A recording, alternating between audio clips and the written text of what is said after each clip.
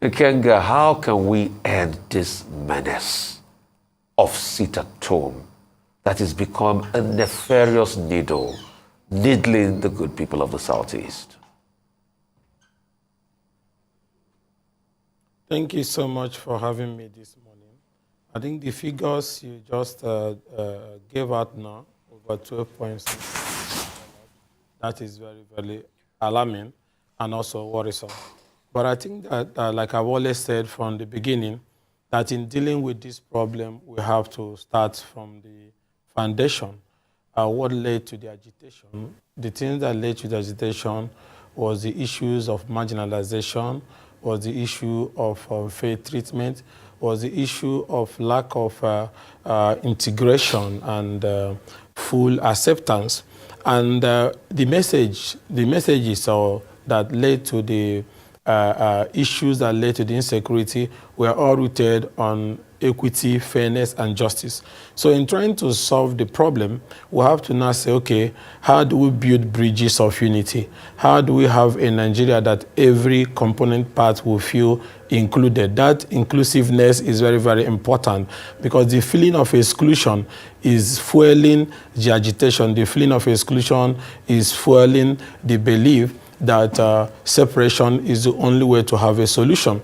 So having said that, it brings us to the issue that you raised about the lawmakers in the South. That was what necessitated Honorable Ginger Onwusibe to make that amendment to the motion on the floor that day on the issue of Nnamdi Kanu, which the Speaker said he's going to rule on another day.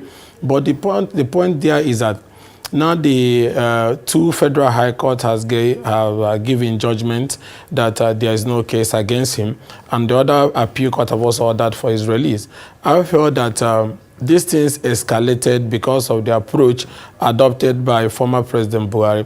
But we have this strong confidence that President Bola Tinubu, going by his inaugural message that he will build bridges of unity, he will run an inclusive government, will have to take a second look to the matter and then exercise his constitutional powers in bringing early resolution of this problem. And also, like you also said, there is an infrastructural collapse, which is also a problem. Most of our roads are no longer impassable, not just in Idato, but every part of Southeast. Then the recent one that is killing us now is the ecological problem. The farmland are going away, the houses are collapsing, people can no longer freely move because almost 30% of our land mass have been taken over by erosion. Addressing this erosion problem, not just the ones who have in Umuchima, in Obodoku, in Omueshi, and other parts of the Southeast, and the road collapse, will go a long way in increasing economic activity. Will also go a long way in showing spirit of inclusion. It's also very important. But like I said, peace and reconciliation, forgiveness, extending the hand of friendship and national healing is very, very key. It's very important that we go back to the table to address the remote causes of this agitation. And more importantly is that the issue of restructuring, having a truly federal system that will run efficiently in accordance with the principles of federation will bring everybody on board. Federal character principle reflected in appointive position and the elective position is also very important. These things, when you put them together, will help to give people feeling of inclusion and be able to reduce these agitations. Well, at the local level, recently we had a case of Senator Ifeanyi Ubah from Enewi North, representing Anambra South in the Senate, coming out and directly challenging Simon Ekpa and also leading some groups of persons to make sure that, nobody sits at home, particularly according to him in Anambra State. But I would like to know, other lawmakers from the Southeast, the effort by Senator Ubah, is it a solo effort, or there is collaboration among lawmakers from the Southeast working in concert with the governors in the affected states in the entire Southeast to make sure that, there comes an end at the local level to this sit-at-home, which IPOB has denied having a hand in?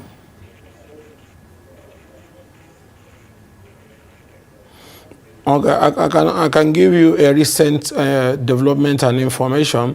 That is the Ohaneze Ndi Igbo, the parent body of the Igbo Social Cultural Organization, especially the Secretary General, who has sent message across to lawmakers. That was yesterday, all the members of the House of Representatives and the Senate, and to come together to have a closed-door meeting. And top on that agenda is also the security situation in the Southeast and the infrastructural collapse. And I want not to comment on this matter because we're having a meeting today, and at the end of that meeting, there will be far-reaching decisions that is going to be made. I need to inform you also that lawmakers in the Southeast are working together, especially at the House of Representatives, where we have started meeting on how to form a common position in tackling all these challenges. That was what necessitated what Honorable Ginger Onwusibe did on the floor of the Parliament at the last adjourned sitting, that for us to move forward, that the President should also, as the father of the nation, consider a political approach in handling the Nnamdi Kanu issue, so that there can be enabling a conducive atmosphere for the ultimate discussions and negotiation that will bring about lasting peace. Let's go back to the Nnamdi Kanu matter. A couple of days ago, we had Mr. Lieutenant Ojukwu, that's Dim Ojukwu's brother, and he came here and he spoke about the matter, and he talked about sort of like a forum where leaders can come together and go meet President Tinubu and talk to him about the Nnamdi Kanu matter. What's your take on this? What do you think is going to be the best approach? No, I think meeting the president is very, very important. Our governors, our lawmakers, captains of industry and businessmen and all the different social cultural interest group is very, very important. I agree to that. We advocated for that under President Muhammad Buhari, a follow-up to the Mbazulika Amechi visit, where he requested the president to grant him the last wish of releasing Mazi Nnamdi Kanu to him. So this visit is also important for other areas that needs to be sorted out before you go into the full discussion of letting him to go home.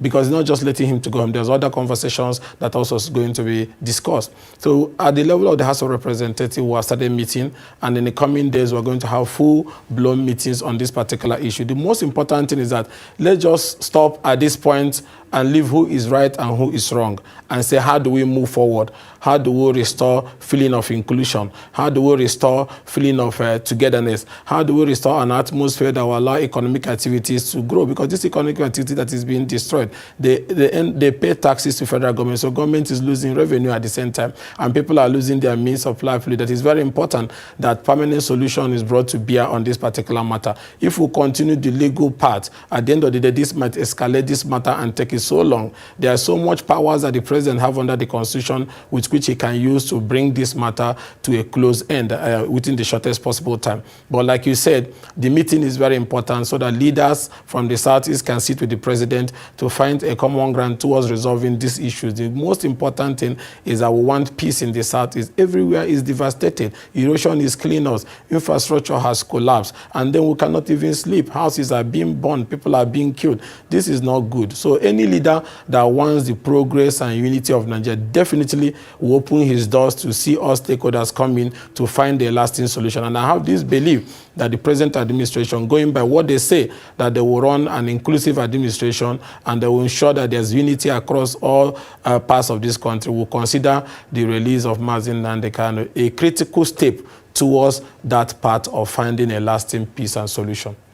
Let me ask you, what's your assessment of the efforts being made by some of the governors in the Southeast with regard to the challenge of insecurity? Because they are the guys on the ground there. And I know that at least two of the governors, has come forward to say, two of them have come forward to say, we don't want sit at home in this state. We want peace in this state.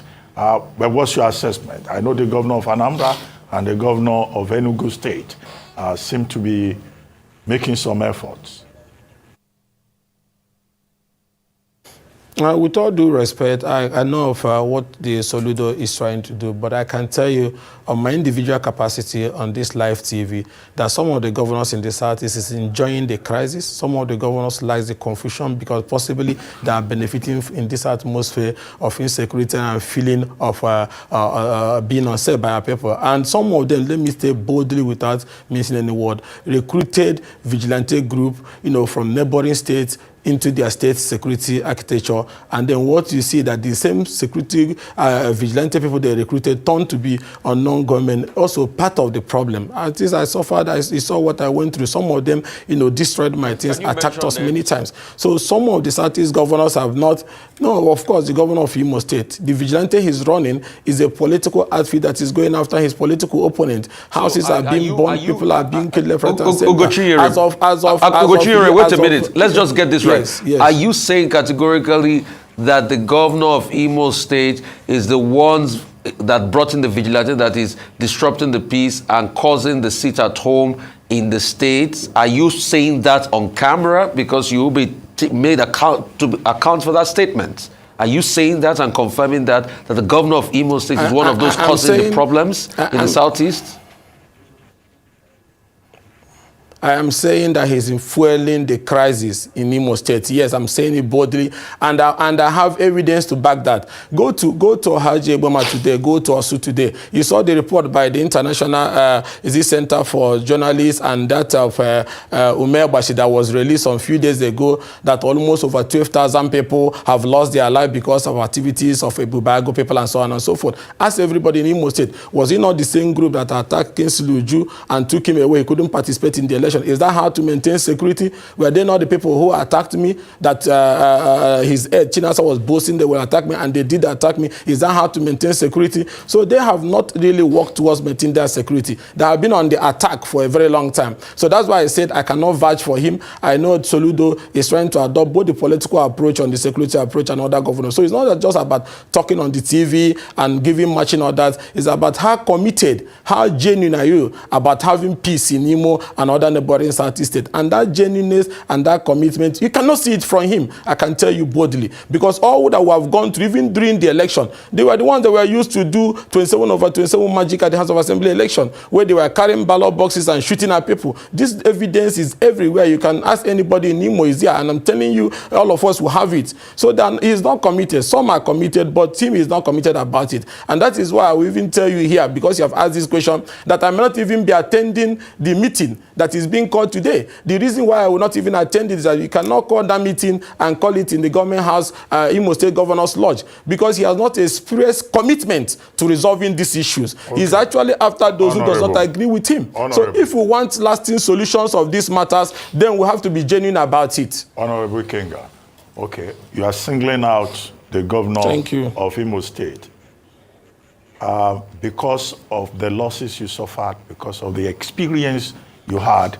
as a result of the democratization of violence in the Southeast. So this is you hitting back because of your personal experience, right? No, I think that is what you are getting out of what I said.